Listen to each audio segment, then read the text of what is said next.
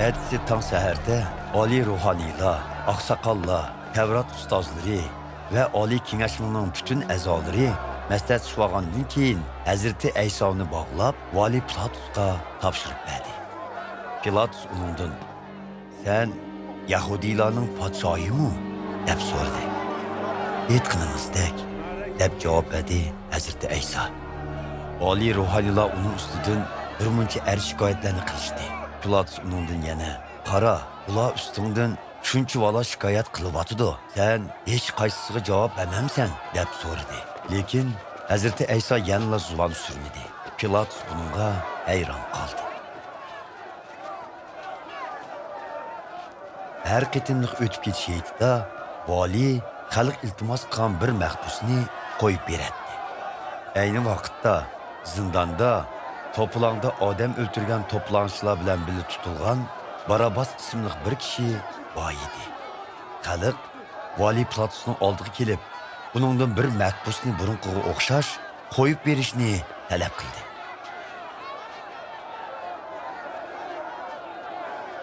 Pilatus ularga "Sizlarga Yahudilarning podshoyini qo'yib berishimni xohlamsizlar?" dedi. Pilatus Ali ruhaniylarning Hazreti İsa'ga hasadxo'rlik qilib, uni o'ziga topshirib berganligini biladi.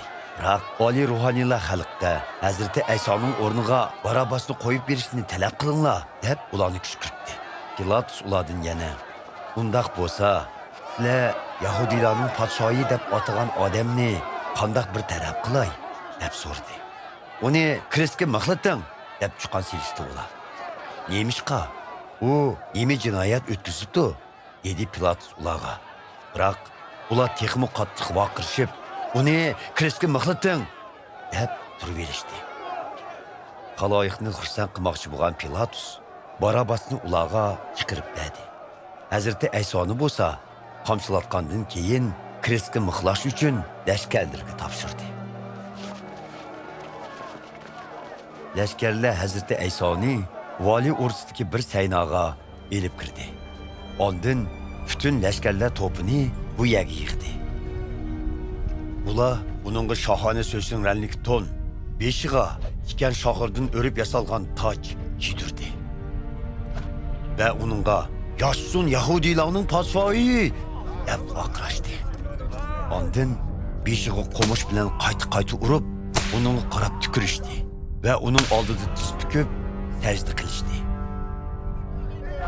Uni mana shundoq mazaq qilgandan keyin so'zning tonini soldirib, uchiga o'z kiyimlarini kiydirdi va krestga mixlash uchun elib minishdi.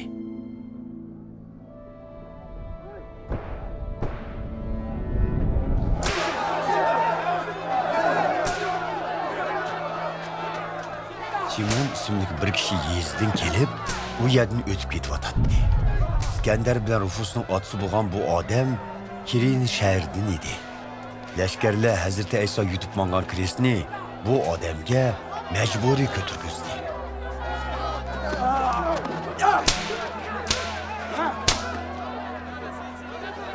Ular Hazreti İsa'ni Golgota, ya'ni bosh so'ngak degan yerga elib bordi.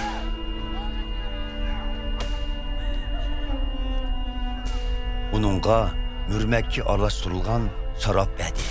Lekin Hazreti İsa uni ichmadi.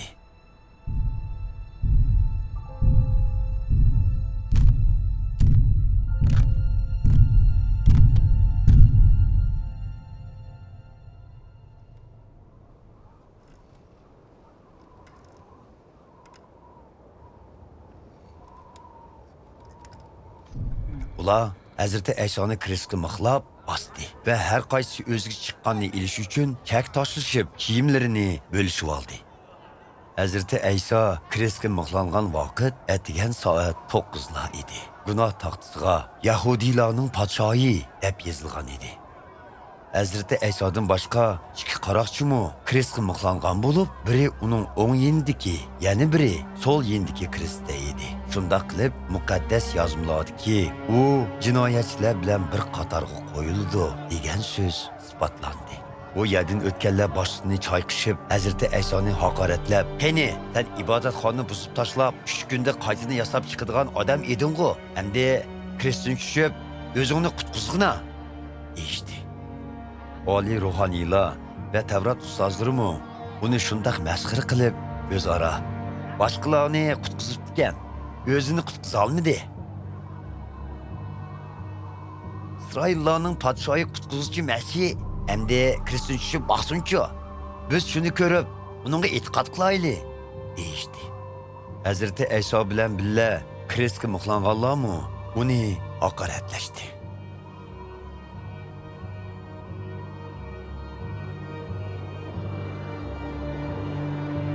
Tush vaqti soat 12da butun zaminni qorong'ulik qoplab, soat 3gacha davom qildi.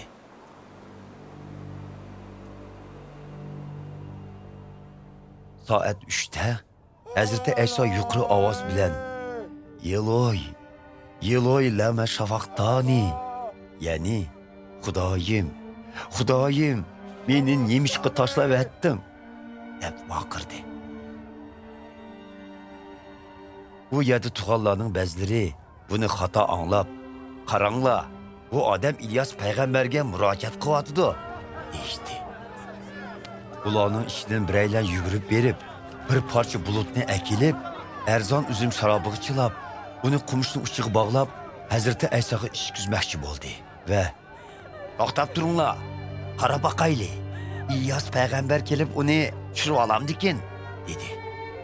Hazrati Ayso qattiq baqirdi-da, tiniq to'xtab, jon uzdi.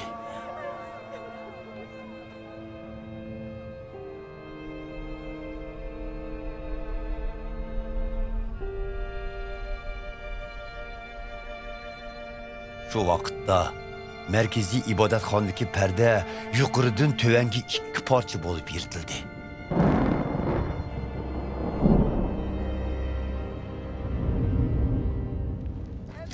Hazreti Aysoning o'dilda turgan 105i uning qanday jon uzganini ko'rib, bu odam haqiqatan Xudoning o'g'li ekan, dedi. Bu yerda yana vaqani yiroqdan ko'rib turgan ba'zi ayollar bor edi.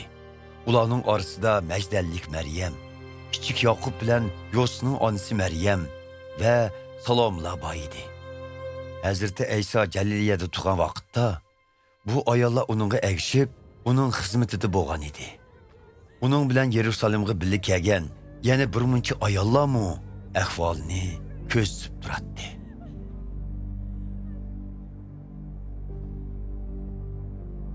U harp kuni, ya'ni dam olish kunining oldingi kuni edi.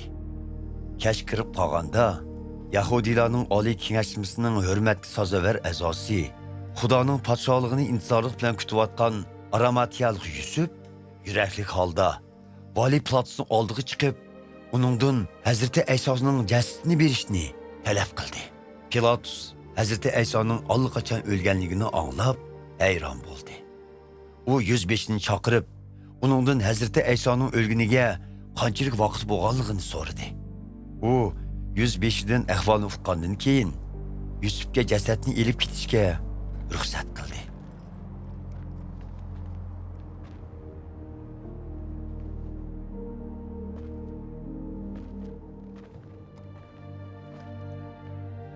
Yusuf kendi raqs etib elib, jasadni Kristin tushirib, kepalladi va qiyoda o'yilgan bir qabrga dafn qilib, og'ziga yo'g'on bir qo'ram toshni do'miltib qo'ydi.